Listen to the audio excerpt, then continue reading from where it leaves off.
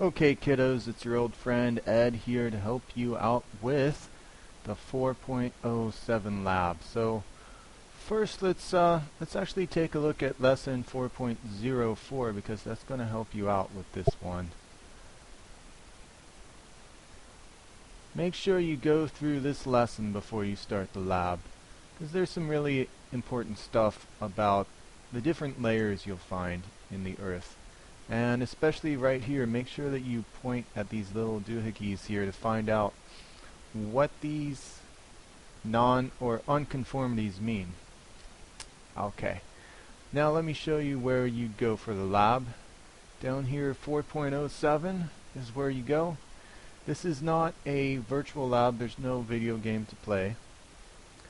But you'd read through what they talk about. We're going to be looking at the Grand Canyon. Here's the Grand Canyon right here. This is a place I've been to quite a few times.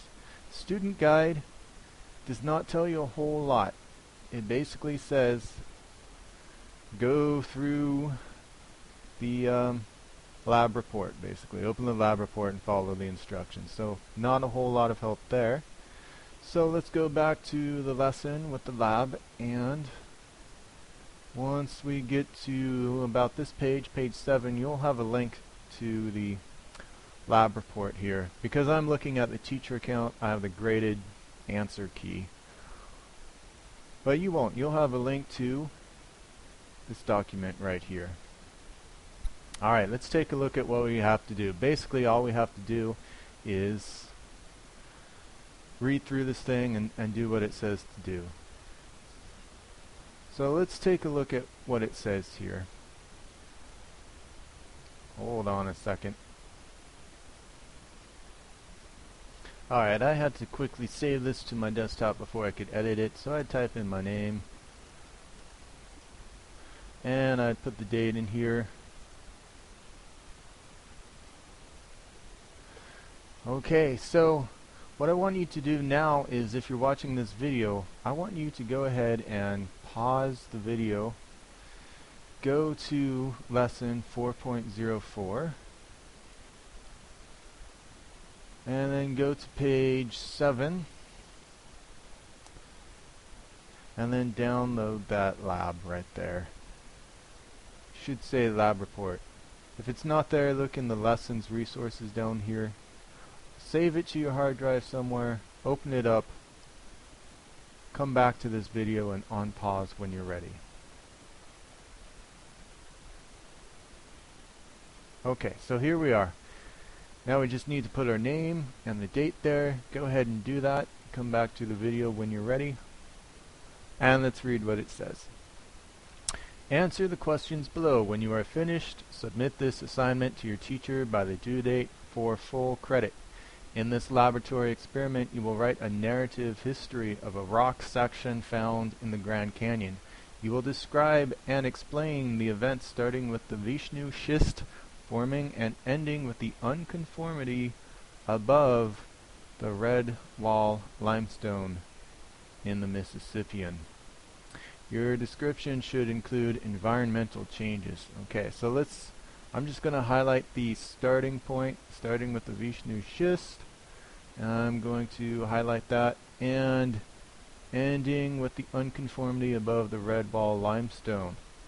Highlight that. That's my start and my end point. They give us an example. Always read the example, because you're going to do basically what they do here. We have a picture. It's a little small, kind of hard to see. We have 1, 2, 3 layers in the Earth here, and let's see what they do. So they start sea level lowered, and the Esplanade sandstone was deposited in a beach environment. Here's the Esplanade sandstone at the bottom. So we always start with what's at the bottom. That's the oldest one. We can tell that the sea level must have lowered to make a beach because, well, sandstone comes from old beaches. So that's where they get the sea level lowered and the Esplanade sandstone was deposited. Whenever a rock layer forms, we use the word deposited there. So pretty much we're always going to say something was deposited. What happens next?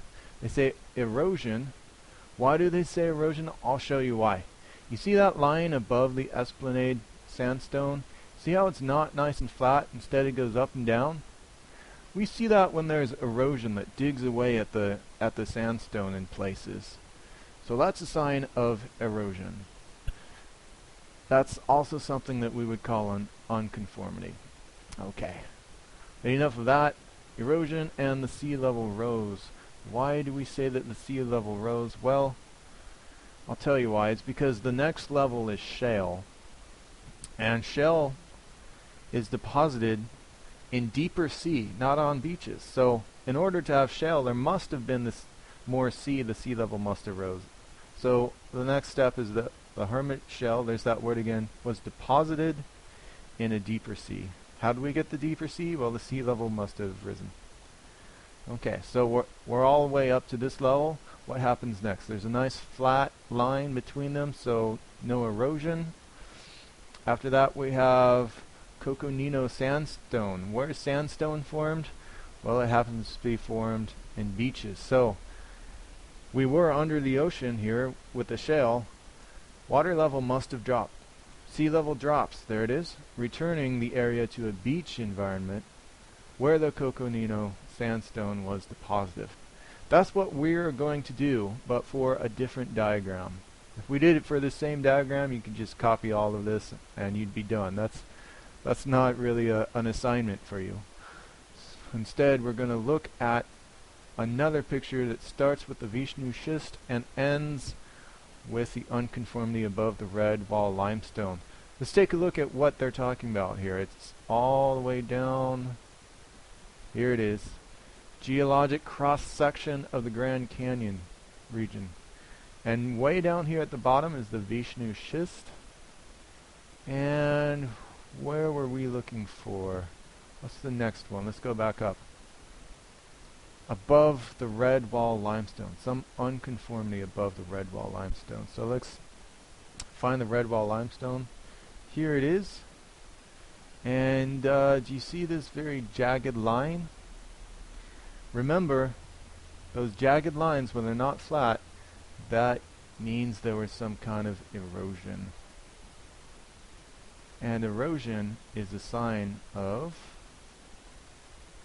some kind of unconformity. Let me show you what kind of unconformity it is. Okay, what I've done here is I've gone back to the lessons. I've gone to lesson 4.04. There it is. And I've gone to page 5. Now this is where we talk about unconformities. Unconformities are gaps in time. An unconformity may be a time when no deposition of sedimentary rock occurred, or maybe it was a period of time when a lot of erosion took place. Whatever the reason, unconformities are important in determining the geologic history of an area and are necessary in determining the relative ages of the rocks. The diagram on screen shows the 3 types of unconformity. So let's take a look at them. What's this one? This is called a disconformity. These are difficult to recognize because they occur in horizontal layers. They often represent a period of erosion. So a disconformity is an unconformity that's horizontal and also often represents erosion. Now let's go back to the picture that we have. We're looking for an unconformity above the red wall limestone. We find that red wall limestone. See that line right above it? Look how jagged that is. Oh boy. That looks like erosion to me.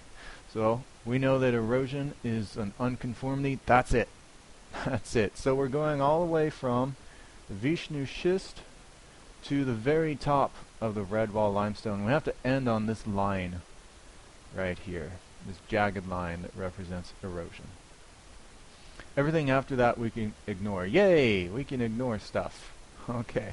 Let me also point out that we have these symbols that tell you not only what kind of stone we have, but also what sort of environment forms it. For some reason near and sure were put together. There we go, just fix that.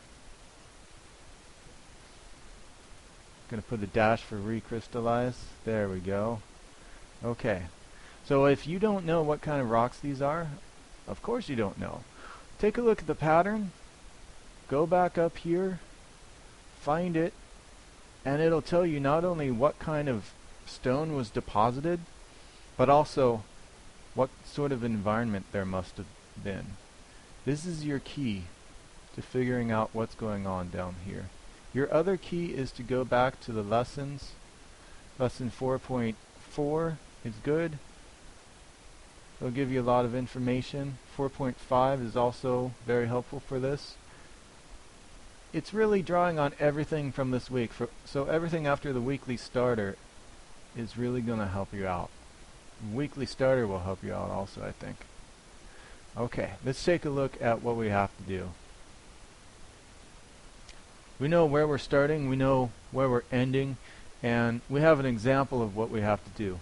So the first thing I would say is we need to list all those layers. You see how they started with the Esplanade sandstone, and then they went up to the Hermit shale, and then they went up to the Coconino sandstone, and they told us what happened in between on these lines, and they also told us what happened to form these new rocks, how they were deposited. So I say step number 1 is to do that. Let's make a bullet point list, numbered or unnumbered, doesn't matter. We need to start with Vishnu schist. And you know, everything is deposited, so we'll put is deposited. Okay, that's number 1. We'll fill in more information about that. But now all we have to do is list everything up until the last one, the red wall limestone. So let's find what the second layer is after the Vishnu schist. Okay, here's the Vishnu schist, and you see how there's this Zoroaster granite in here? So that's another layer. We should add that. We should add that. Let's not forget about that. So Zoroaster granite is deposited.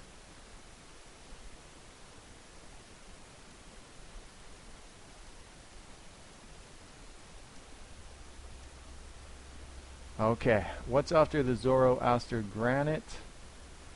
We have the Bast limestone is deposited.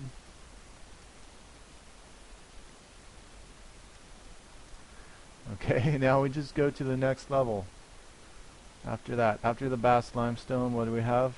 Hakatar shale.